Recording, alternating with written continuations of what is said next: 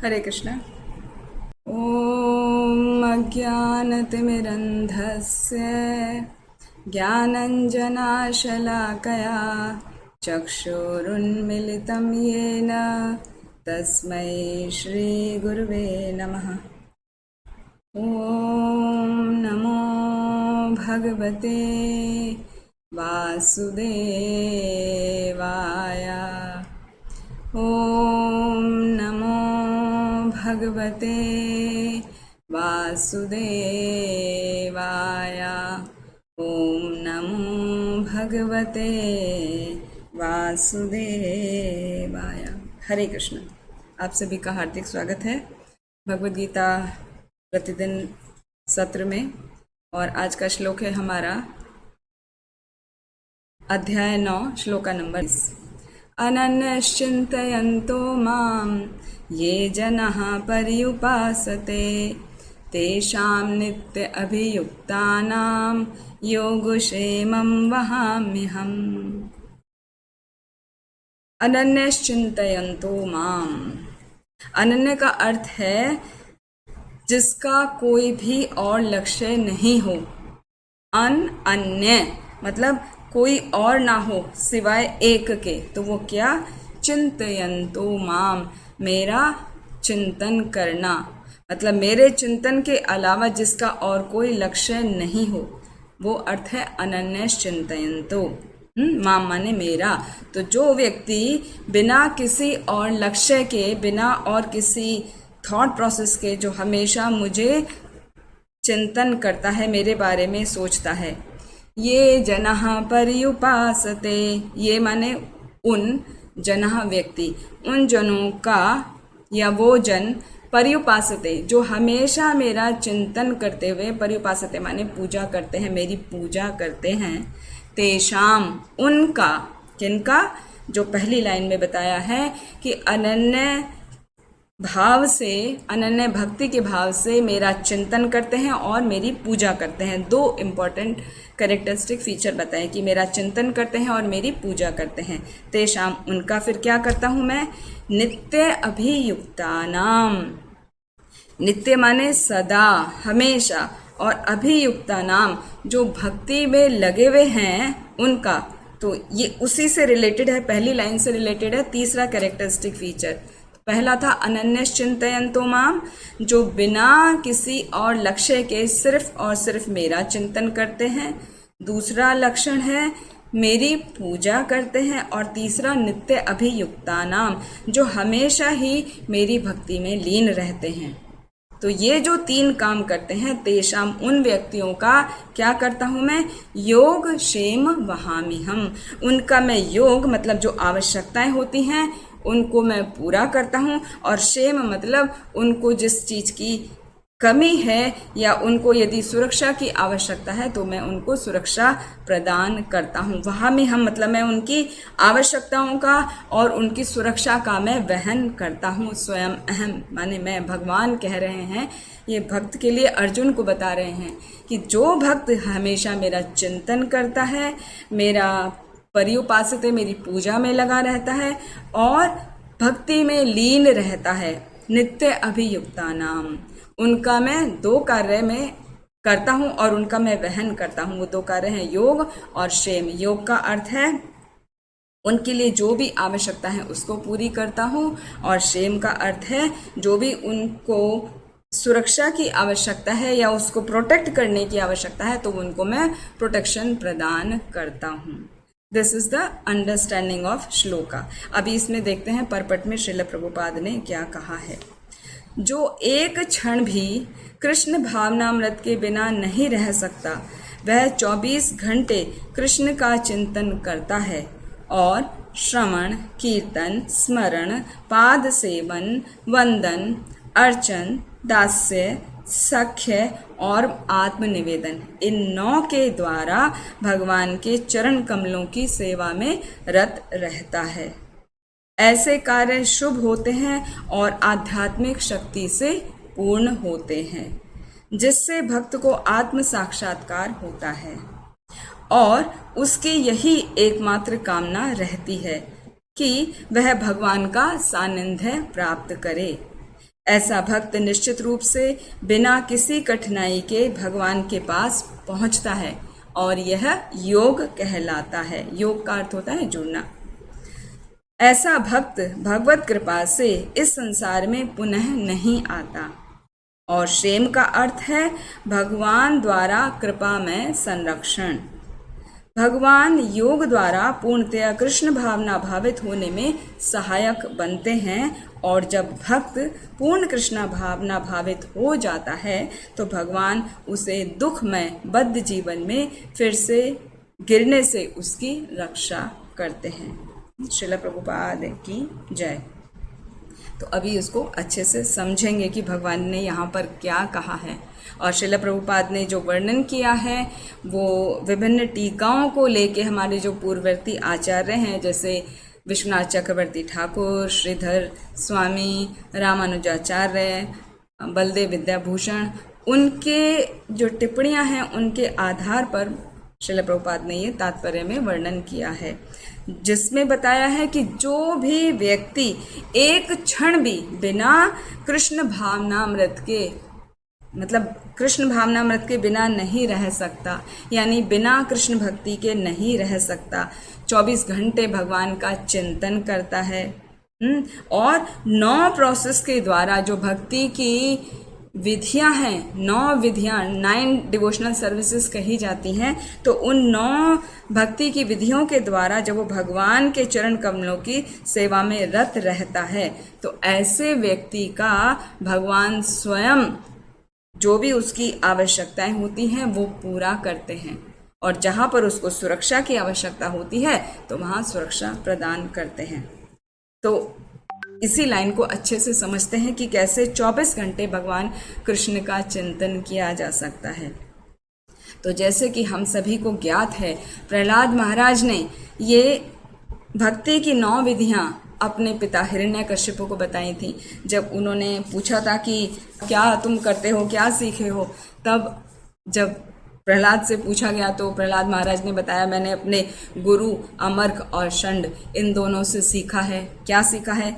श्रवणम कीर्तनम विष्णु स्मरणम पाद सेवनम अर्चनम वंदनम दास्यम सख्यम आत्मनिवेदनम इति पुंसार्पितो विष्णु भक्तिश्चे नवलक्षणा क्रियेत भगवत्यध्या तन्मन्ये अधीतम उत्तमम। ये 9 प्रकार की जो प्रोसेस हैं, भक्ति की क्रियाएं हैं, इनको करना चाहिए। तो यही यहाँ पर श्रील प्रभुपाद ने बताया है। तो ये क्या क्या है 9 प्रोसेस जो हैं? पहला है श्रवणम, कि हमें निरंतर भगवान के नाम का श्रवण करते रहना चाहिए। तो नाम का श्रवण हम कैसे कर सकते हैं? सबसे पहला तो है हमारा सभी का कर्तव्य कि हम रोज 16 माला जप करें। जो अभी 16 माला नहीं कर पाते हैं तो उन्होंने जो नंबर अपना डिफाइन किया है उसका प्रतिदिन नियम पूर्वक जाप करें और जब जाप करें तो उसको सुनें। तो श्रवणम, और केवल वो ही नहीं, ये तो पहला प्रोसेस है। साथ में भगवान के नाम, रूप, लीला, गुण की जो कथाएं हैं, जो श्रीमद् भागवतम में उनका वर्णन किया गया है, उनका नित्य प्रतिदिन श्रवण करें भक्तों के मुख से, जिन्होंने उसका अध्ययन किया है उनके मुख से। तो वो हो गया श्रवण। और श्रवण के आचार्य हैं हमारे परीक्षित महाराज। जैसे परीक्षित महाराज ने पूरे 7 दिन और 7 रात तक निरंतर भगवान की कथाओं का श्रवण किया था सुखदेव गोस्वामी से। तो उस प्रकार हमें श्रवण करना चाहिए। हम अपना डेली लाइफ में इतने बिजी हैं कि उस तरीके से 24 घंटे तो नहीं कर सकते हैं। तो तब हमें यह है कि जितना आपने समय निर्धारित किया है अपने लिए, कम से कम 1 घंटा अवश्य सुने और बाद में उसका कीर्तन करें, मनन करें, चिंतन करें। तो इस तरह से हम वो प्रैक्टिकल अप्लाई कर सकते हैं। दूसरा है कीर्तनम। कीर्तनम मतलब जो आपने सुना है, श्रवण किया है, अब आपको वो बोलना है।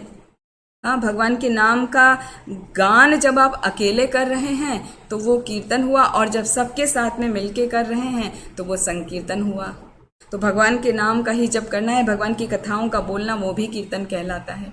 और इसके आचार्य हैं सुखदेव गोस्वामी। सुखदेव गोस्वामी ने 7 दिन 7 रात तक परीक्षित महाराज को और वहाँ पे जितने भी साधु उपस्थित थे उनको कथा सुनाई थी, भगवान की गाथाओं का ही वर्णन किया था। तीसरा भक्ति का विधि है विष्णु स्मरणम, कि भगवान का जब हमने श्रवण कर लिया और जब भगवान का हमने कीर्तन किया तो हमारे चिंतन में भगवान का ही स्मरण आना चाहिए, है ना। पहला ही वर्ड है ना, अनन्यश चिंतयन्तो माम, जो चिंतन करता है मेरा। तो चिंतन कब कर पाएंगे हम तभी चिंतन कर पाएंगे जब हम श्रवण करेंगे भगवान की कथाओं का, भगवान के नामों का। तभी हम उनके बारे में सोच पाएंगे कि अच्छा आज हमने कथा में ये सुना था, आज हमने उस लीला का श्रवण किया था तो उस लीला में ऐसा बताया गया था, ऐसा है भगवान का स्वरूप, ऐसा है भगवान ये एक्टिविटीज़ करते हैं, जन्म कर्मा च मे दिव्यम। तो उसी का जब हम चिंतन करते हैं तो हम भगवान के प्रिय हो जाते हैं। भगवान हमारा योग और क्षेम दोनों का वहन करने के लिए तैयार होते हैं। फिर तीसरा स्मरण बताया। चौथा है पाद सेवनम। पाद सेवनम मतलब भगवान के चरणों की सेवा करनी चाहिए। जैसे लक्ष्मी जी उसका उदाहरण है। लक्ष्मी जी 24 घंटे भगवान के चरणों को चापती रहती हैं, मतलब दबाती रहती हैं, उनकी सेवा में रत रहती हैं। तो हम कहने लगे कि 24 घंटे हमसे तो पॉसिबल नहीं है, क्योंकि हमें तो अन्य अन्य काम भी करने होते हैं। तो यहाँ पर यह है कि आप जो आपने घर में डीटीज रखे हैं उनका सेवा करिए, साथ में जो आपके परिवार के मेंबर्स हैं उनको भक्त, भगवान का भक्त समझते हुए भगवान के भक्तों की सेवा करिए।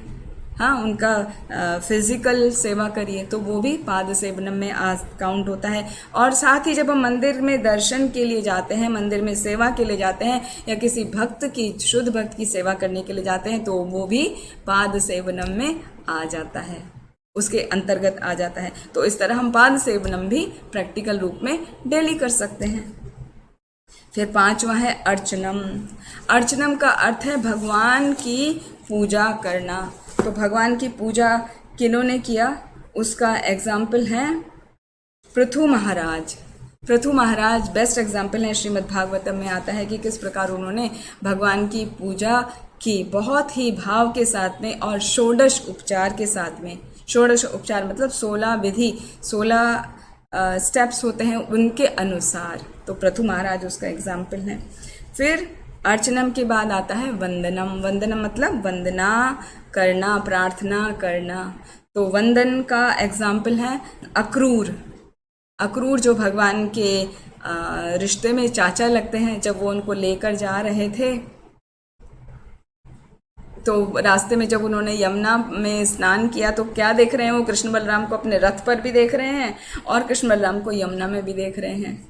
तो वो क्या इतने ज़्यादा भाव विभोर हो गए, वो भगवान का वहीं पर वंदन करने लगे, उनकी प्रार्थनाएं गाने लगे। तो वो उसका एग्जाम्पल है अक्रूर महाराज। फिर दास्यम। दास्यम का बेस्ट एग्जाम्पल है हनुमान जी। हनुमान जी किस प्रकार सदैव श्री राम की सेवा में रत रहते हैं, कभी भी उनकी सेवा से वो हटते नहीं, चूकते नहीं। कुछ भी ज़रूरत पड़ जाए वो इसीलिए भगवान के चरणों में बैठे रहते हैं कि जब भी जैसी भी कुछ सेवा होगी तुरंत वो सेवा के लिए तैयार हैं, हर प्रकार की सेवा। तो वो एग्जाम्पल है दास्यम। तो उससे हमें ये सीखने को मिलता है, उनके प्रैक्टिकल पॉइंट ऑफ व्यू ये है कि जब भी हमें सेवा का अवसर मिले हमें दास्य भाव से भगवान की सेवा में लगना चाहिए।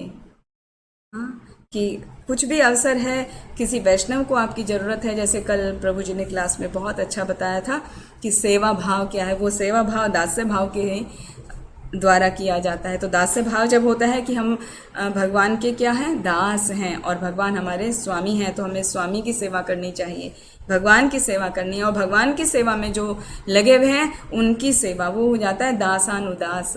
तो दास अनुदास की जब हम सेवा करते हैं, भृत्य की सेवा करते हैं, सेवकों की सेवा करते हैं, तो वो भी डिवोशनल सर्विस का एक अंग माना जाता है। और 8वां अंग है सख्य। सख्य के एग्जाम्पल है जैसे अर्जुन। अर्जुन सखा हैं भगवान के, उनकी सेवा में रत रहते हैं। वो इस प्रकार रत रहते हैं कि वो जो भगवान कहते हैं वो सब कुछ करते हैं, साथ में उनको अपना सखा मानते हैं। भगवत गीता में आता है ना, हे कृष्ण हे यादव हे सखेथी, कि मैं तो आपको अपना सखा मानता हूँ और मैंने कभी आपका गलती से सोते उठते बैठते साथ में खाते हुए यदि कुछ अपराध किया है तो मैं उसके लिए क्षमा प्रार्थी हूँ। 11वें अध्याय में आता है ना भगवत गीता के। तो इस तरह सखा का भाव रहता है। और साथ में उनके दूसरे सखा हैं सुदामा। सुदामा भगवान के साथ में कितना प्रेम भाव उनका रहता था, तो वो सखा का बेस्ट एग्जाम्पल है। उसके साथ में भी वो उनका अतुलनीय ऐश्वर्य देख कर भी उन्होंने, सुदामा ने ये नहीं सोचा कि ये मैं भी ऐसा ही ऐश्वर्य प्राप्त कर लूं, फिर भी वो सख्य भाव से उनके प्रेम को बस प्राप्त करना चाहते थे कि कृष्ण जो है मेरे सखा हैं, मुझ पर कृपा दृष्टि करें, मुझसे प्रेम करें, मुझसे प्रेम भरा वार्तालाप करें।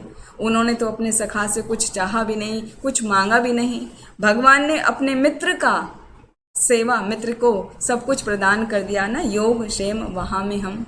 तो सखा हैं सुदामा, तो उनको सब कुछ, उनकी सारी आवश्यकताएं पूरी कर दी और जिस चीज़ की उनको कमी थी वो सब उनको प्रदान कर दिया, उनकी रक्षा की। फिर 9th है आत्मनिवेदनम। आत्मनिवेदनम की बेस्ट एग्जाम्पल है अम्बरीश महाराज।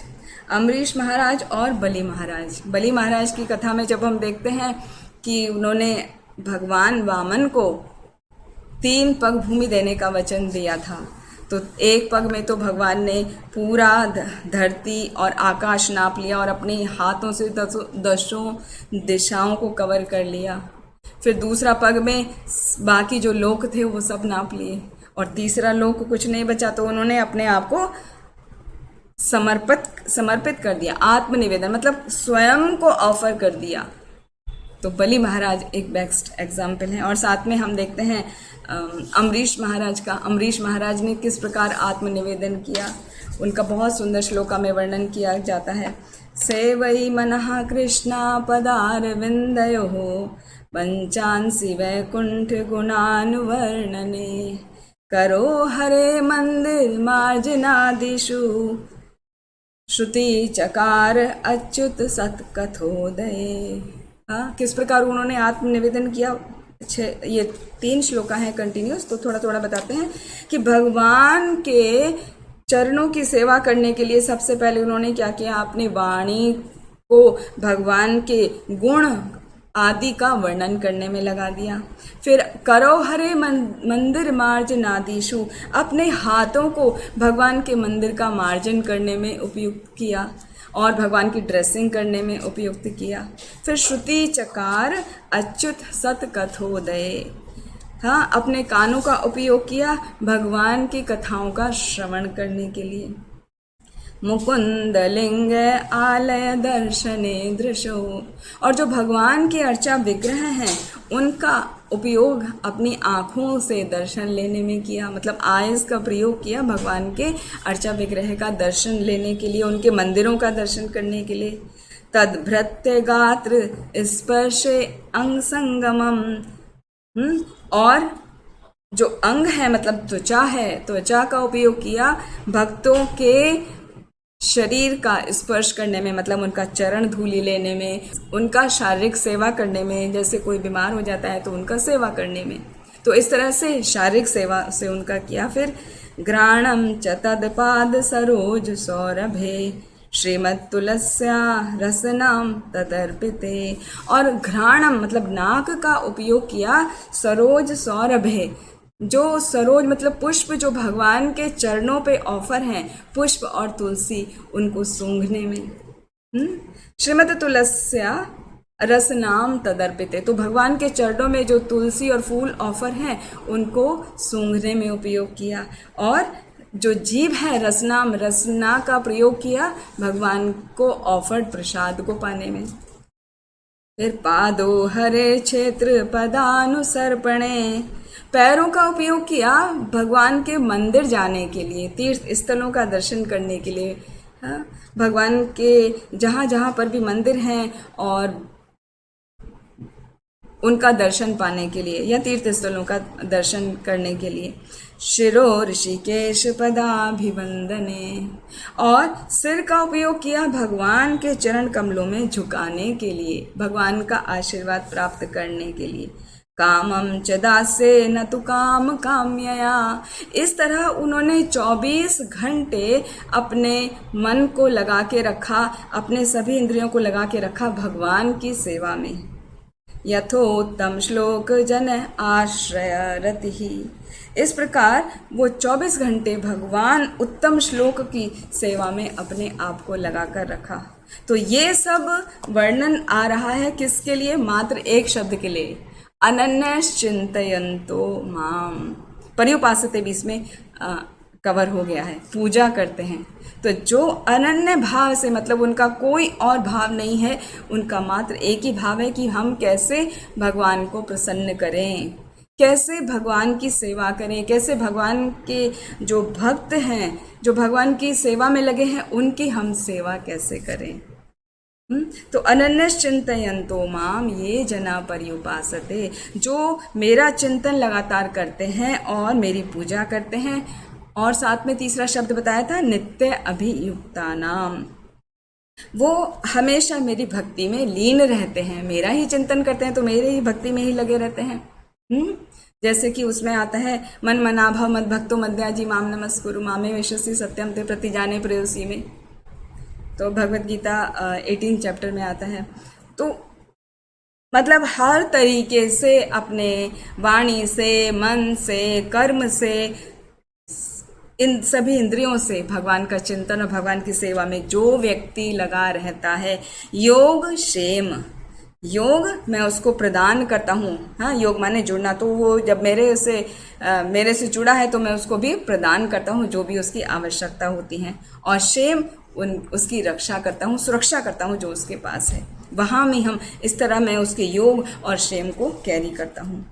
फिर अगली लाइन में देखते हैं, तो यहाँ बताया है कि ऐसे कार्य शुभ होते हैं जो अभी भक्ति के 9 प्रोसेस बताए हैं और आध्यात्मिक शक्ति से परिपूर्ण होते हैं।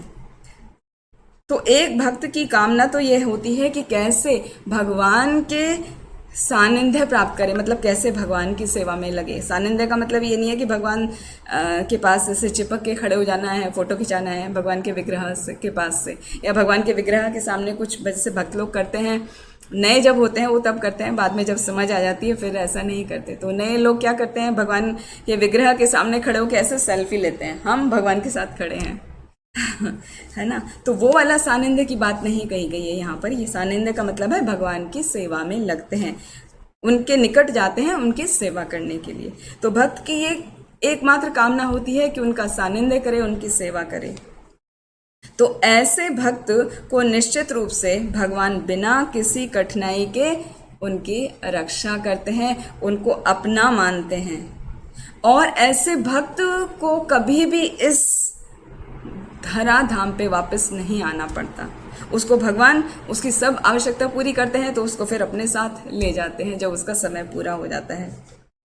तो यहाँ पर क्षेम का अर्थ है भगवान द्वारा कृपा में संरक्षण। भगवान द्वारा कृपा में संरक्षण के लिए जैसे विश्वनाथ चक्रवर्ती ठाकुर बताते हैं और श्रीधर स्वामी बताते हैं कि भगवान केवल आध्यात्मिक सुख ही नहीं प्रदान करते, वो भौतिक सुख की भी जो आवश्यकताएं होती हैं वो प्रदान करते हैं। जैसे सुदामा को किया, तो क्या उनको केवल भक्ति दी, प्रेम दिया? नहीं, साथ में पूरा भौतिक सुख भी दिया। जब उन्होंने घर पे आके देखा तो उनका घर एक साधारण झोपड़ी जो थी बड़ी महल बन चुकी थी, और उनकी पत्नी सुंदर रेशमी वस्त्रों से अलंकृत थी, बहुत सारे ज्वेलरी के साथ में। तो ऐसा नहीं है कि भगवान केवल कृष्ण प्रेम ही देते हैं, वो आध्यात्मिक सुख के साथ साथ वो मैटीरियल वेलफेयर भी प्रदान करते हैं। लेकिन कंडीशन ये है कि वो अनन्यश्चिन्तयन् तो होना चाहिए, पर्युपासते होना चाहिए और नित्य अभियुक्त होना चाहिए। 3 कंडीशन होनी चाहिए। और जो बलदेव विद्याभूषण है वो भी ऐसा ही बताते हैं कि वो दोनों ही प्रकार के योग प्रदान करते हैं, मतलब हमारी जो भी ज़रूरत होती है, जो भी आवश्यकता होती है वो प्रदान करते हैं। फॉर एग्ज़ाम्पल, जैसे एक साधारण घर का एग्जाम्पल लेते हैं। जैसे एक हाउसवाइफ होती है तो वो टोटली अपने हस्बैंड पर निर्भर करती है कि हस्बैंड मेरे लिए जो कुछ ला के देंगे, जो कुछ करेंगे, वही वो इस्तेमाल करती है। हम्म तो वो उसका योग कर रहे हैं, और यदि उसको कोई प्रॉब्लम है, सपोज उसकी तबीयत खराब हो गई है, तो उसको लेके जाएंगे हॉस्पिटल में, उसका केयर करेंगे, देखभाल करेंगे, घर में भी उसकी पूरा ठीक होने तक देखभाल करेंगे। तो जब हम भौतिक संसार में देखते हैं जहाँ प्रेम है, जहाँ पत्नी पूर्ण रूप से अपने पति को समर्पित है और उसकी देखभाल कर रही है, अच्छे से उसका टेक केयर करती है, हर आवश्यकता का ध्यान रखती है, तो जब उसकी आवश्यकता पड़ती है तो पति उसका भी टेक केयर करता है, तो उसको योग भी देता है, उसकी आवश्यकता पूरी कर रहा है। और जब उसको और अधिक आवश्यकता है, उसको बीमारी है, तो उसका वो शेम भी वहन करता है, मतलब उसको हॉस्पिटल लेके जा रहा है, मेडिसिन उसको दे रहा है, उसका टेक केयर कर रहा है पूरा। तो हम सोच सकते हैं जब एक भौतिक जीवन में एक पति पत्नी के बीच ऐसा हो सकता है, तो क्या भगवान अपने भक्तों के बीच में नहीं कर सकते? अवश्य ही भगवान अपने भक्तों के बीच में ऐसा संबंध रखते हैं, और ऐसा संबंध बहुत बहुत प्रेम से भरा हुआ होता है। भगवान उसको बहुत रेलिश करते हैं। भगवान अपने भक्तों की सेवा को प्रेम पूर्वक करना चाहते हैं। जैसे हम देखते हैं भगवत गीता में, जब युद्ध शुरू हुआ तो भगवान ने अर्जुन को योग और क्षेम दोनों प्रदान किए। हाँ, योग मतलब कैसे उसकी आवश्यकताओं को पूरा किया। पीछे बैठे हैं अर्जुन, तो पीछे बैठे हैं और कृष्ण आगे सारथी के रूप में हैं। तो वो जो भी जरूरत है अर्जुन को, हालांकि अर्जुन वहां पे बोल नहीं पा रहा है, जहां पर रथ को दाएं जाना था तो अर्जुन अपने दाएं पैर से भगवान का कंधा टच करते थे कि अब इधर जाना है। जब बाएं से टच करते थे कि बाएं तरफ जाना है, अर्जुन कृष्ण के कंधे को टच करते थे अपने पैर से। तो इस तरह से वो प्रेम के वशीभूत हैं, क्योंकि वो अनन्य चिंतन तो माम भी कंडीशन वहां पर पूरी हो रही है, पर्युपासते भी हो रही है, नित्य अभियुक्त भी हो रहा है। तो ऐसे अर्जुन के लिए भगवान स्वयं पार्थ सारथी बन गए, पार्थ के सारथी बन गए, इसीलिए उनका नाम पड़ा पार्थ सारथी। तो भगवान ने उनको योग और क्षेम दोनों प्रदान किए। उनकी जो आवश्यकता थी कि उनको यहाँ जाना है, वहाँ जाना है, वो कह रहे हैं कि रथ दोनों सेनाओं के बीच में लेके चलो, तो वहाँ लेके गए। अभी जहाँ जहाँ पे भी डायरेक्शन देते जा रहे हैं, वहाँ वहाँ जा रहे हैं। और जब अर्जुन को जरूरत पड़ी रक्षा की, तो उसकी रक्षा भी की। हाँ, जैसे एक बार तीर आया था, वो आग्नेय अस्त्र छोड़ा था, तो वो रथ जल जाता उसका, तो भगवान ने क्या किया, एक उसको अपना एड़ी से दबा दिया, तो वो रथ झुक गया, तो वो कैसे ऊपर टॉप से निकल गया हुए। तो इस तरह से भगवान ने उनकी रक्षा भी की। तो ऐसे बहुत सारे एग्जाम्पल भरे पड़े हैं श्रीमद् भागवतम में। तो इस तरह हम जब बार बार बार उनको सुनते हैं, उनको रेलिश करते हैं, आनंद लेते हैं, तो हमें भगवान के प्रति प्रेम हो जाता है और भगवान की सेवा में लगे रहते हैं। और ऐसे भक्त पर भगवान कृपा करते हैं तो उसको अपने भगवत धाम ले जाते हैं और उसको वापस इस संसार में पुनः नहीं लौटना पड़ता। तो इस तरह भगवान उन पर कृपा में संरक्षण बनाए रखते हैं। और रामानुजाचार्य कहते हैं योग का एक अर्थ है अहम मत प्राप्ति लक्षणम योगम। मतलब जो मुझे प्राप्त करना चाहता है या मेरे लिए सब कुछ कार्य करता है, तो वही योग है। योग का अर्थ होता है जुड़ना। जो भगवान से जुड़ा है तो जुड़ के क्या करते हैं, हम प्रेम संबंध में क्या करते हैं, दूसरे का सेवा करते हैं।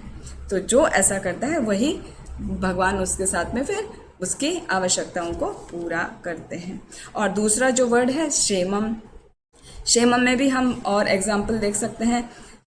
जैसे प्रहलाद महाराज भगवान विष्णु को, नरसिंह देव तो बाद में प्रकट हुए, वो तो लॉर्ड विष्णु को ही जानते थे, नारायण को ही जानते थे।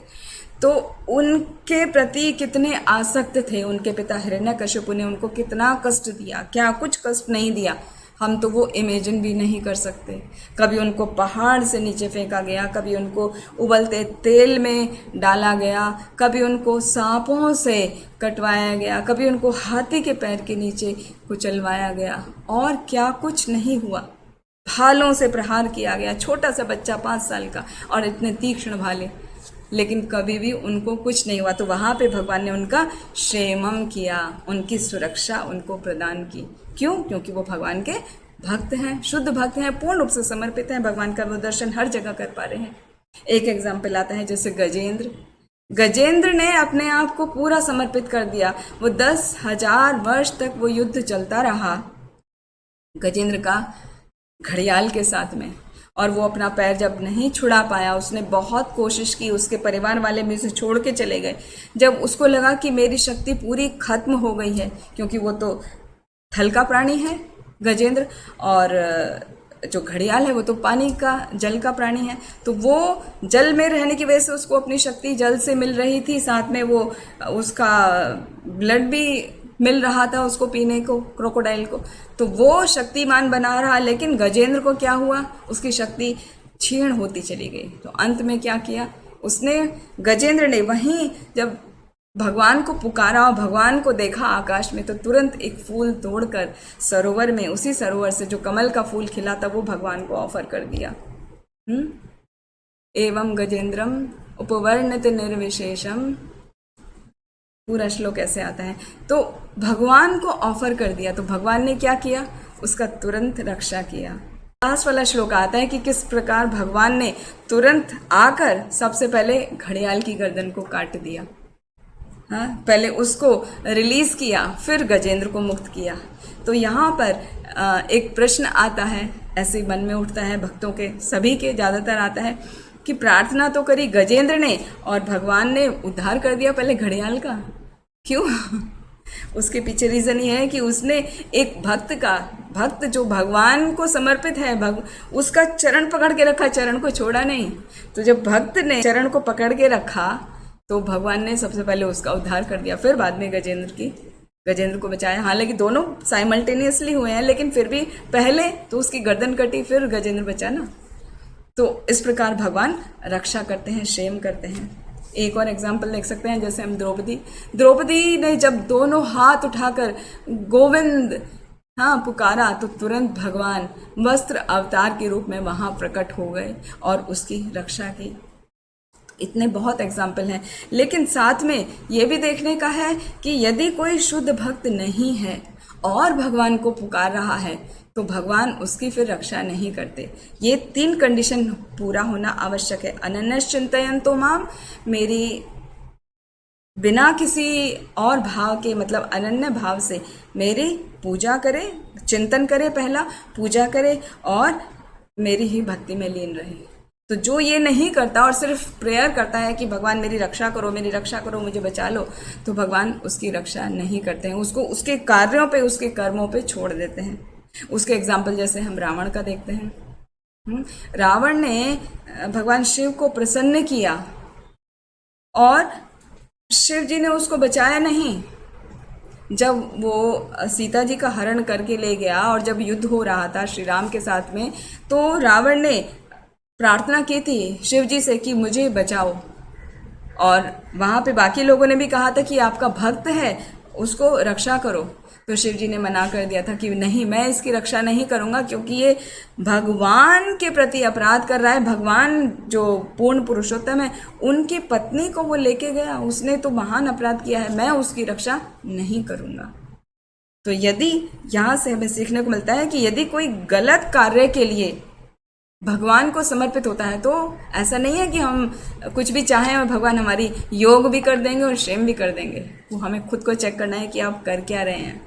तो यदि कभी ऐसा लगता है, श्लोक से ये बहुत सुंदर हमें सीखने को मिलता है कि हम प्रेयर कर रहे हैं और हमारी प्रेयर मतलब भगवान उसका रिजल्ट नहीं दे रहे हैं, या कहें कि भगवान सुन नहीं रहे हैं, तो हमें खुद चेक करना चाहिए क्या हम ठीक कर रहे हैं या हमें कुछ त्रुटि है, क्या हम जो मांग रहे हैं भगवान से हमें मांगना चाहिए भी कि नहीं।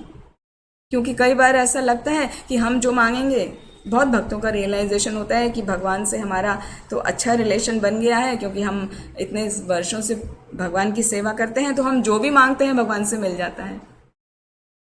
तो भी कभी कभी ऐसा आता है मौका कि वो नहीं होता, तो तुरंत समझना चाहिए कि क्या वो उचित डिमांड आप कर रहे हैं। भगवान ने तो डिक्लेयर कर दिया, योग क्षेम वहामी अहम, मैं उनका योग मतलब उनकी आवश्यकताओं को पूरी करता हूँ और उनकी जो सुरक्षा है वो मैं प्रदान करता हूँ, उनको मैं रक्षा करता हूँ।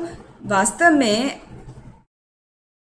जो आचार्य हैं भक्ति बलदेव विद्याभूषण, बलदेव विद्याभूषण उन्होंने बताया जो रक्षा करने का भाव है ना, वो भगवान बता रहे हैं कि I prevent them from separating from me, कि भक्त मेरे से अलग ना हो जाए, वहाँ पे उसकी रक्षा करते हैं। वो शेम का वो वहन करते हैं, उसको कैरी करते हैं। क्योंकि कई बार ऐसा होता है भक्ति में आके कुछ समय के बाद में भक्त जब तक दृढ़ नहीं हो पाता, तो वो भक्ति में उसको जब सब कुछ मिलने लगता है तो उसे लगता है सब कुछ अच्छा अच्छा हो रहा है, तो थोड़ा बहुत डेविएट होने लग जाता है। तो जब वो डेविएट होना शुरू करता है तो भगवान उसको एक छोटा सा थप्पड़ लगाते हैं, किसी छोटी सी प्रॉब्लम के रूप में। हमारे सामने कोई प्रॉब्लम आ जाती है, इधर फाइनेंशियल और फिजिकल और इमोशनल, आपको कैसा भी कोई भी प्रॉब्लम का सामना करना पड़ता है, तो जो भक्त होता है वो तुरंत उसको स्मरण हो आता है कि यहाँ पर मिस्टेक हो रही है। तो भगवान इस तरह से अपने भक्तों को अपने से दूर करने में वो मदद, मतलब दूर नहीं होने देना चाहते। यदि वो दूर हो रहा है तो उसकी रक्षा करते हैं, उसको प्रोटेक्ट करते हैं कि don't separate from me, come here, serve to me, I am your friend, I am your best friend और I am your master, please serve me. ऐसे भगवान उसको रक्षा करते हैं। तो वो भाव है हमारे आचार्यों का कि भगवान किस तरह हमारी रक्षा करते हैं। और इस श्लोका के लास्ट में बताया गया है कि भगवान योग द्वारा पूर्णतया कृष्ण भावना भावित होने में सहायक बनते हैं। मतलब हम किस प्रकार भक्ति में लगे, वो जो 9 प्रोसेसेस शुरू में बताए हैं, हाँ 9 प्रोसेसेस, और अम्बरीश महाराज के जो सारे इंद्रियों को किस प्रकार भक्ति में लगाया, वो सब के द्वारा हमें कृष्ण भावनामृत में या कृष्णा कॉन्शियसनेस में हमें आगे बढ़ाने में मदद करते हैं, सहायक बनते हैं। और जब प्रैक्टिस के द्वारा भक्त पूर्ण रूप से कृष्ण भावना भावित हो जाता है तो भगवान उसके दुख में बद्ध जीवन में उसे फिर से गिरने से उसकी रक्षा करते हैं। क्षेमम वहाँ में हम, मतलब वो उसको कुछ प्रॉब्लम हो रहा है तो उसको दुख से भरे हुए जीवन में, बद्ध जीवन में नहीं गिरने देते, उसको बुद्धि दे देते हैं। ददामि बुद्धि योगम तम मामु पयांति ते, वो भक्त जो मेरे निरंतर चिंतन में लगे रहते हैं, तेषाम सतत युक्ता नाम भजताम प्रीति पूर्वकम ददामि बुद्धि योगम तम येन माम उपयंती ते। जो भक्त मेरे चिंतन में निरंतर लगे रहते हैं, मैं उनको बुद्धि प्रदान करता हूँ जिससे वो मेरे पास आ सकें। तो वो ये जो श्लोक है 10वें अध्याय का, तेषाम सतत युक्ता नाम 10.10, ये इस श्लोक की पुष्टि करता है, 9.22 की पुष्टि करता है कि किस प्रकार भगवान योग और क्षेम का वहन करते हैं। इसको बता रहे हैं, पुष्टि कर रहे हैं कि हाँ मैं उनकी रक्षा करता हूँ। हाँ, योग क्षेमम वहाँ में हम, और वहाँ पे बोल रहे हैं ददामि बुद्धि योगम तम येन मामो पयांति ते, मैं उन्हें बुद्धि प्रदान करता हूँ जिससे वो मेरे पास तक आ सके, मेरे से दूर ना हो। ठीक है, तो इसी के साथ ही ये श्लोका यहीं समाप्त हुआ। एक बार रिकैप करेंगे। आज हमने मुख्य बात सीखी कि हमें भगवान का निरंतर शुद्ध भक्ति भाव से, अनन्य भाव से चिंतन करना चाहिए, उनकी पूजा करना चाहिए और उनकी भक्ति में लीन रहना चाहिए। साथ में ऐसे ही लोगों का संग करना चाहिए जो ये सब कार्यों में लगे हुए हैं, तभी भगवान हमारा योग और क्षेम दोनों का वहन करते हैं, मतलब हमारी आवश्यकताओं को पूरी करते हैं। और हमारी यदि कहीं पर सुरक्षा की आवश्यकता है तो हमें भगवान सुरक्षा प्रदान करते हैं। इसी के साथ अपनी वाणी को हम यहीं विराम देते हैं। हरे कृष्णा। किसी का कोई प्रश्न है तो पूछ सकते हैं। हरे कृष्ण माता जी। धन्यवाद माता जी। एक सेकेंड माता जी। जी बहुत सुंदर क्लास थी माता जी, आपने एक एक वर्ड को बहुत ही सुंदर तरीके से एक्सप्लेन किया और मुझे बहुत पसंद आया। और मेरे भी एक दो क्वेश्चन है। मैं पहले कविता माता जी, सीमा माता जी ने रेज हैंड किया है तो वो उनका क्वेश्चन मिले था। जी जी जी माता जी। हरे कृष्ण माता जी, बहुत सुंदर कथा थी आपकी। थैंक यू माता जी। रोज हम सुनते हैं इन सब बातों को, बट अमल शायद मैं नहीं कर पाती माता जी, तो अपने आप को बहुत मतलब फॉलन सोल ही मानती हूँ कि नहीं हो पाता है। माता जी, बट एक क्वेश्चन था, पूतना को फिर भगवान ने उनकी कौन सी सेवा के लिए उनको मुक्ति दी माता जी? व्यक्ति। इन नौ मतलब नौविधा व्यक्ति में तो कुछ भी पूतना का कहीं रोल नहीं था, but still he gave her the highest that thing, highest उनको प्लेटफॉर्म माँ है। वाली हाँ, यशोदा माता माँ के बराबर वाली मुक्ति प्रदान की माता जी। धात्री अपार्ट फ्रॉम उनका लास्ट क्या था, लास्ट प्रीवियस वर्ड में क्या था, बट इसमें कैसे समझेंगे इस वर्ड में पूतना का? हरे कृष्ण माता जी, धन्य प्रणाम। हरे कृष्ण माता जी, आपका प्रश्न बहुत ही सुंदर है। इस श्लोक के लिए एकदम उत्तम प्रश्न है कि कैसे पूतना को योग क्षेम वहाँ में हम कर दिया, क्योंकि वो तो मतलब फेवरेबल चिंतन तो नहीं कर रही थी। चिंतन तो था उसका, भगवान को चिंतन था कि भगवान को मारना है मुझे, है ना। ये जो कृष्ण है ना, ये जो बालक है जो भी पैदा हुआ है, वो उसको मुझे मारना है। तो वो तो इसके लिए मतलब उसका ये कार्य ही था पूतना का कि जो नवजात शिशु होते थे उनको वो मार देती थी। तो ये उसकी ड्यूटी थी जो कंस के द्वारा कहने पर वो कर रही थी। लेकिन भगवान ने उसका उद्धार इसलिए किया माता जी, क्योंकि उसको जब उसने भगवान को देखा ना, पहले जब उसने भगवान का दर्शन लिया कि मुझे किस बालक की हत्या करनी है, उसके बारे में जाना, तो उसको भगवान को देख के इतना प्रेम हो गया। वो प्रेम उसका मातृत्व प्रेम हो गया। तो वो मातृत्व प्रेम के अंतर्गत वो भगवान को, उसकी इच्छा करी कि वो भगवान को दूध का पान कराए, है ना। तभी वो अपने स्तन पर कालकूट विष लगा के गई थी। और इसको यदि हम कनेक्ट करें पुरानी स्टोरी में, उसका पिछला कनेक्शन देखें तो बलि महाराज की जो सिस्टर थी वहाँ से कनेक्टेड है ये पूतना की स्टोरी। जब बलि महाराज से भगवान ने 3 पग भूमि मांगी थी और उन्होंने फिर 2 चरणों में सब कुछ ले लिया और तीसरे चरण में उनको अपना आत्मसमर्पण कर दिया था बलि महाराज ने। तो ये जो उनकी बहन देख रही थी, आई फॉरगॉट हर नेम, वहाँ पर उस लाइफ में उसका क्या नाम है, तो वो जब देख रही थी तो पहले जब वो देखा ना उसने वामन देव को, तो वामन देव उसे इतने सुंदर लगे, इतने उसको भाव आ गया अंदर से, क्योंकि वो वामन कैसे हैं, छोटे से हैं, छोटे से बच्चे के रूप में और इतने प्यारे हैं। तो उसके अंदर वहाँ पे भाव आ गया कि मैं तो इसकी माता होती, मैं इसको स्तनपान कराती, है ना, मैं इसको दुग्ध पान कराती, ऐसा उसके मन में भाव आया। तो भगवान तो भावग्राही जनार्दन है ना, वो तो भाव पकड़ लेते हैं, हाँ, कि तुम्हारा ये भाव जरूर पूरा होगा। लेकिन जब बलि महाराज की ये ऐसी स्थिति देखी कि उन्होंने अपना पूरा स्वयं को समर्पण कर दिया, सिर झुका दिया और उनके सिर पे भगवान ने अपना पैर रख दिया, तब उसको बहुत गुस्सा आया। अरे ये तो बड़ा दुष्ट है, इसने तो मेरे भाई को पूरा लूट लिया। 3 पग भूमि मांगी थी और अभी इतना बड़ा विशाल का शरीर कर लिया इसने, अपना सब कुछ तो ले लिया, मैं इसको तो जहर दे के मार दूंगी।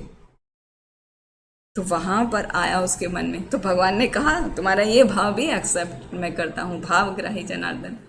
तो उसी भाव के अंतर्गत जब उसका अगला जन्म हुआ तो वो कंस की बहन पूतना बन के आई और उसका वही भाव उसके अंदर था कि मुझे भगवान को दुग्ध पान कराना है।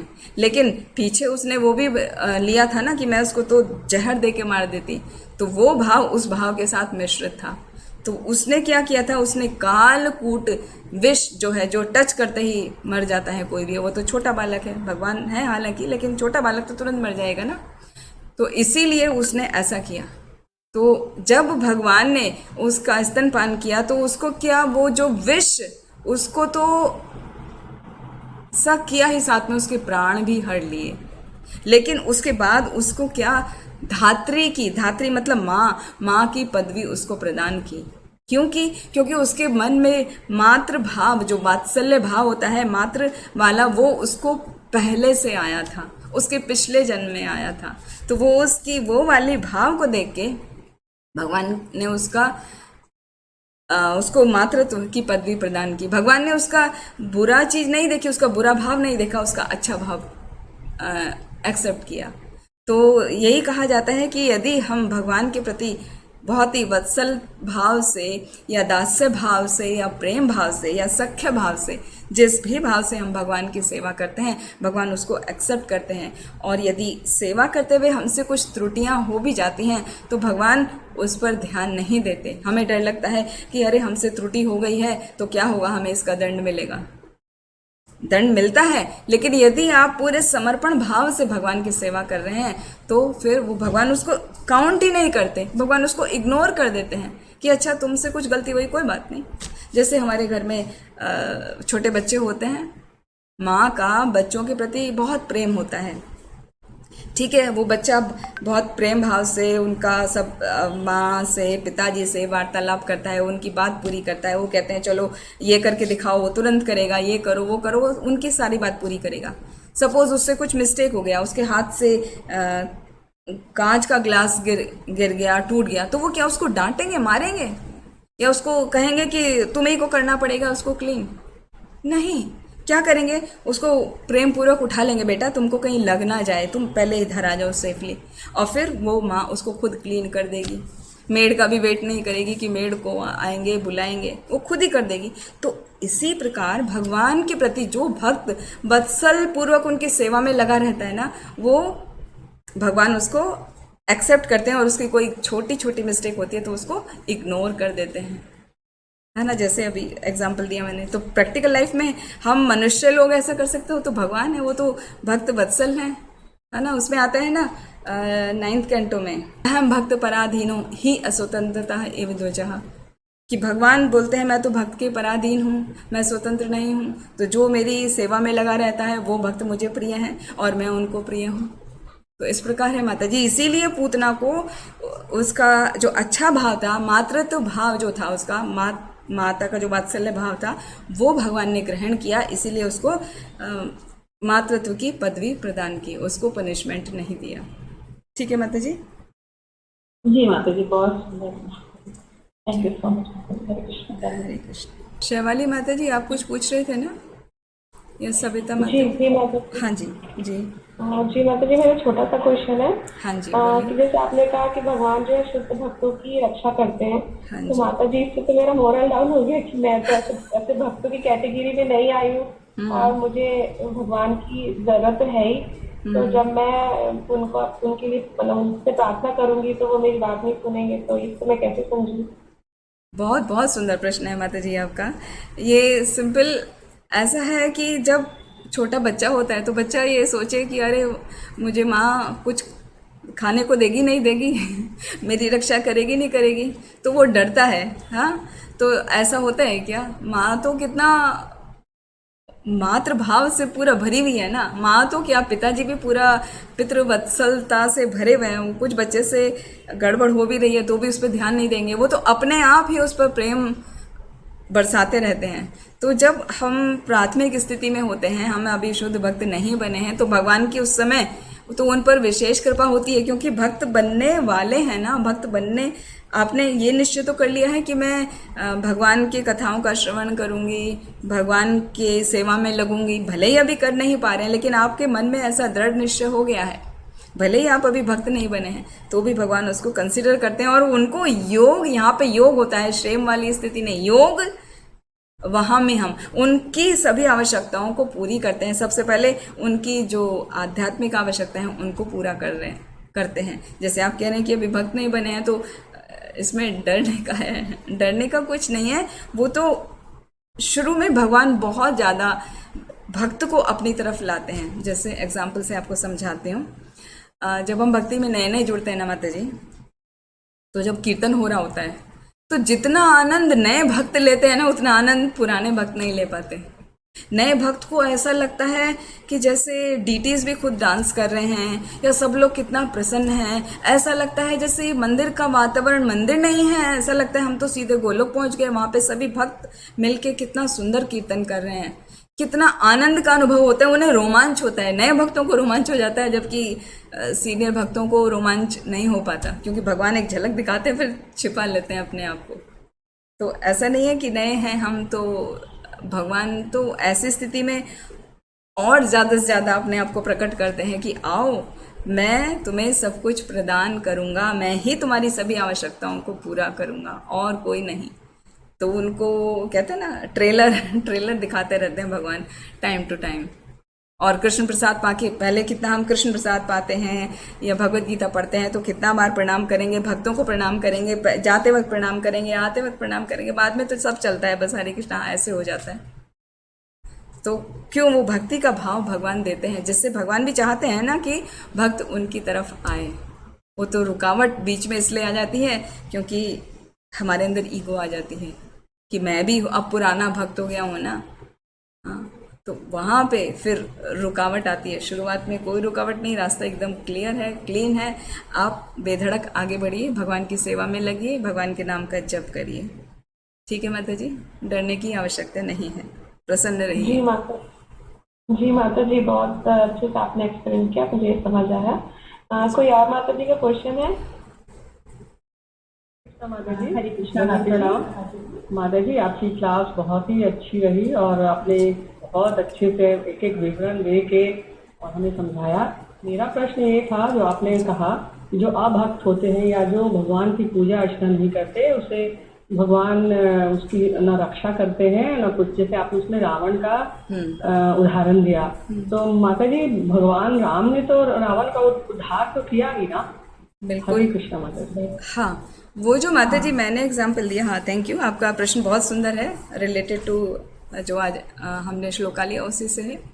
तो हमने जो बताया ना, वो भगवान शिव ने मना किया उनकी रक्षा के लिए, भगवान राम ने तो किया ही। वो निरंतर राम का ही तो चिंतन कर रहा था। जैसे कंस कृष्ण का चिंतन करता था कि वो मुझे मारेगा तो मुझे उसको कैसे मारना है, वो निरंतर प्लान बनाता था। ऐसे रावण का भी तो निरंतर चिंतन था राम के प्रति, भले ही वो अनफेवरेबल था। तो इसीलिए भगवान ने उसका उद्धार किया। जो हमने बात बताई वो शिव जी ने मना किया कि उसकी रक्षा करने को। भगवान शिव चाहते तो उसका रक्षा कर सकते थे, लेकिन नहीं किया ना, क्योंकि वो नारायण के प्रति अपराध किया। नारायण की जो शक्ति हैं, लक्ष्मी जी, हाँ, जो जानकी हैं, सीता मैया हैं, उन्हीं का हरण कर लिया। और उनका हरण भी नहीं किया, उनको वो स्वयं भोगना चाहता था। तो इसीलिए शिव जी ने कहा था कि मैं तुम्हारी रक्षा नहीं करूँगा। तो वो वहाँ उनका कथन है। और भगवान राम ने तो फिर भी कृपा की कि उनके साथ में कुछ तो संबंध बनाया, अनफेवरेबल ही सही। तो भगवान इतने कृपालु हैं कि वो किसी भी प्रकार कोई उनके शरण में आए, डायरेक्टली और इनडायरेक्टली भगवान उस पर कृपा जरूर करते हैं। और इतना समझने के लिए इतना काफ़ी है। बाकी ये सब स्टोरी चली आ रही है बहुत पीछे से कि है कौन ये रावण। वो जय विजय है ना, वहाँ पे जब उन्हें शाप मिला था तो उनको 3 जन्म लेने पड़े। तो जय विजय बने रावण, और कुंभकर्ण वही बने शिशुपाल और दंतवक्र, और सबसे पहले बने थे वो हिरण्यकशिपु और हिरण्याक्ष। तो वो तो वहाँ से उनका जन्म चला आ रहा है और उससे रिलेटेड है कि उनके बाद उनको एक बर्थ लेना है, फिर दूसरे में भी भगवान ही आएंगे उनका उद्धार करने के लिए, फिर तीसरे में भी भगवान ही आएंगे। और अभी तो ऐसा कहा जाता है, ज़्यादातर आचार्य सब ने एक्सेप्ट किया है कि वो चौथा उनका अवतार हुआ जगाई मधाई के रूप में, चैतन्य महाप्रभु ने आके उनका उद्धार किया। तो वो सब कनेक्टेड है एक दूसरे से। बाकी जो आपका प्रश्न है वो ये है कि शिव जी ने उसका साथ नहीं दिया, वो योग शेम नहीं किया उसको, शेम वहामी हम, क्योंकि उसने गलत किया। तो वहाँ पे उस पॉइंट को डिनोट करते हुए हमने बताया। ठीक है माता जी, धन्यवाद माता जी। हरे कृष्ण, बहुत अच्छा। कोई और बात? हरे कृष्णा माता जी, दंडवत प्रणाम। दंडवत प्रणाम माता जी, थैंक यू सो मच। बहुत ही सुंदर क्लास थी माता जी। बस मेरा भी ये प्रश्न है कि जैसे भगवान ने यहाँ बोला कि वही सेम जैसे रक्षा की बात आ रही है कि भगवान रक्षा करते हैं, और बहुत सारे श्लोक में और भी बोला है भगवान ने कि मेरी शरण में आ जाओ, मैं रक्षा करूंगा। माता जानते हैं कितने सारे डिवोटीज मतलब उसमें मारे गए, तो इस चीज को हम कैसे समझेंगे? तब वहाँ क्यों भगवान ने रक्षा नहीं करी उनकी? हरे कृष्णा। बहुत प्रैक्टिकल क्वेश्चन है माता जी आपका, thank you for practical question.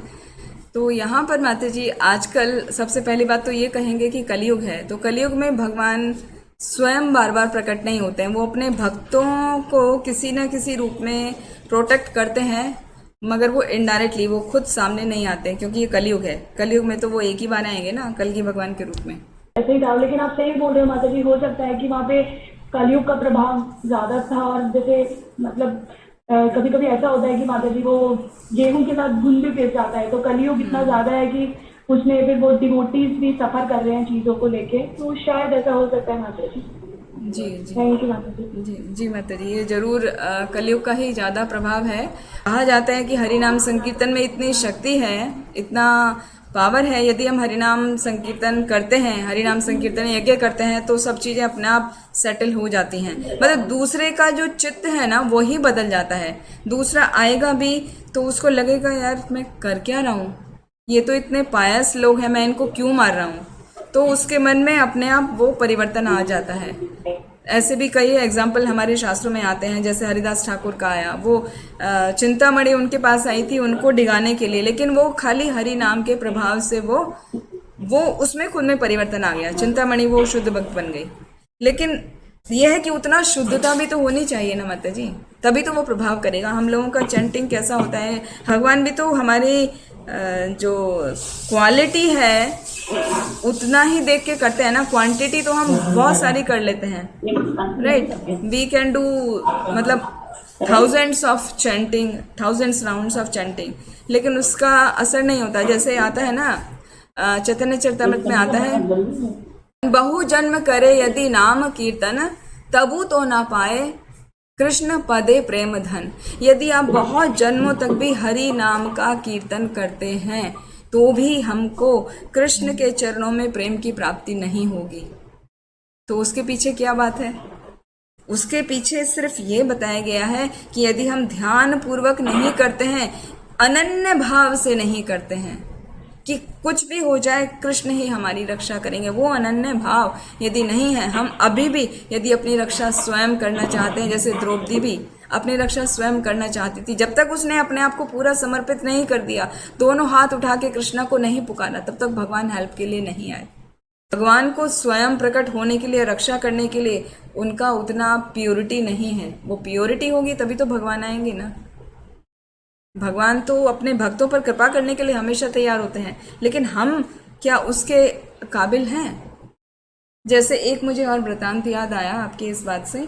जैसे एक बार ब्राह्मण ने ये वाला जब श्लोक पढ़ा था, योग क्षेमम वहामि हम, तो उसे लगा, वो बहुत ही गरीब ब्राह्मण थे, उनको इतने गरीब थे कि घर में राशन भी बराबर से उचित मात्रा में नहीं होता था। तो उनको गुस्सा आया कि कैसे लिखा है कि भगवान तो कहाँ कैरी करते हैं, रक्षा करते हैं, कहाँ है जो उनके पास है उसकी रक्षा करते हैं, जो आवश्यकता है उसको पूरा करते हैं, तो मेरी तो रक्षा नहीं कर रहे हैं, मैं तो रोज भगवद गीता का पाठ करता हूँ, ये वो सब। तो उसने क्या किया, वहाँ पे एक लाइन लगा दी, वहाँ में हम पे, और वो चला गया स्नान करने नदी में। पीछे से क्या हुआ, पीछे से उसकी पत्नी शुद्ध भक्त थी, तो पीछे से कृष्ण बलराम वहाँ पर आए और वो पूरा सारा सामान जो भी था, घर का राशन पानी, पूरा बड़ा सा बोगी भर के लाए और वहाँ उसके घर में ड्रॉप कर दिया। कहा कि ये आपका है, हाँ, ऑर्डर से आया है, ऑर्डर दिया गया है, तो ऑर्डर हम प्लेस करने आए हैं। तो जब उन्होंने तो वो रख लिया, वो बहुत प्रसन्न हुई और वो कहने लगी कि आप कुछ लेंगे कि नहीं, हम कुछ नहीं लेंगे, कि हमें तुरंत जाना है, जल्दी है। तो वो चले गए, जैसे डिलीवरी बॉय होता है ना, आप यदि कुछ कहें तो वो कभी नहीं रुकते कि हाँ हमें जाना है, नेक्स्ट डिलीवरी करनी है। तो ऐसे वो डिलीवर करके वहाँ चले गए। तो जब ब्राह्मण स्नान करके आया, उसने कहा अरे भाग्यवान, ये सब कहाँ से आया, कि आप ही ने तो कुछ बुक किया था, वो डिलीवरी बॉय आए थे दो, एक गोरा था एक काला था, वो दे के चले गए। तो उस ब्राह्मण को बड़ा पश्चाताप हुआ कि अरे ये मैंने क्या किया, मैं तो कह रहा था, सोच रहा था कि भगवान ने योग क्षेमम महामयम लिखा है और कहाँ किया, ये तो किया नहीं, मैंने तो गलत कर दिया, उसको काट दिया। वहाँ पे वो जाके देखा, वहाँ पे तो वो कटा हुआ था, तो तुरंत उसको निकाला वहाँ से। और फिर वहाँ जब आगे वर्णन आता है तो ये आता है भगवान के पीठ में, वो वहाँ में हम जो क्रॉस किया था, लाइन किया था, वो उनके पीठ में निशान बना था भगवान के। तो भगवान जो करते हैं ना, योग क्षेम का वहन, हमारी सभी आवश्यकताओं को पूरा करते हैं और हमें सुरक्षा प्रदान करते हैं, वो तभी हमारी खुद की प्योरिटी कितनी है, हमारी खुद की शुद्धता कितनी है। वरना ऐसा बोलने वाले, जैसे वो ब्राह्मण ने कहा या जैसा हम अभी आजकल के केस में देख रहे हैं, तो वहाँ पर शायद उतना शुद्धता नहीं है, जो भगवान किसी भी प्रकार स्वयं आके नहीं प्रकट हो रहे हैं। बाकी जो रक्षा हो रही है, बाकी दूसरे मंदिर उनको सपोर्ट करते हैं, रक्षा करते हैं, तो वो कहा जा सकता है कि रक्षा तो हो रही है ना माता जी, लेकिन हाँ उस मोमेंट पे नहीं हो पाती, बाद में हो जाती है। तो भक्त तो प्रदान कर रहे हैं ना, भगवान के भक्त तो इनडायरेक्ट रूप में रक्षा कर ही रहे हैं ना। तो ऐसा हम समझ सकते हैं कि भगवान करते हैं, लेकिन वो तुरंत इसलिए नहीं हमें दिखता है क्योंकि शायद प्योरिटी की कमी है माता जी। कलयुग का प्रभाव है। सॉरी। जी जी जी नहीं माता जी, कुछ क्वेश्चन नहीं है। जी, आपकी आज्ञा होगा हम आगे का प्रोग्राम कंटिन्यू करें भानुचंद्र देवी का। जी जी जी माता जी, आप सभी का बहुत बहुत धन्यवाद। वांछा कल्पतरुभ्यश्च कृपा सिंधुभ्येव च पतितानां पावनेभ्यो वैष्णवेभ्यो नमो नमः।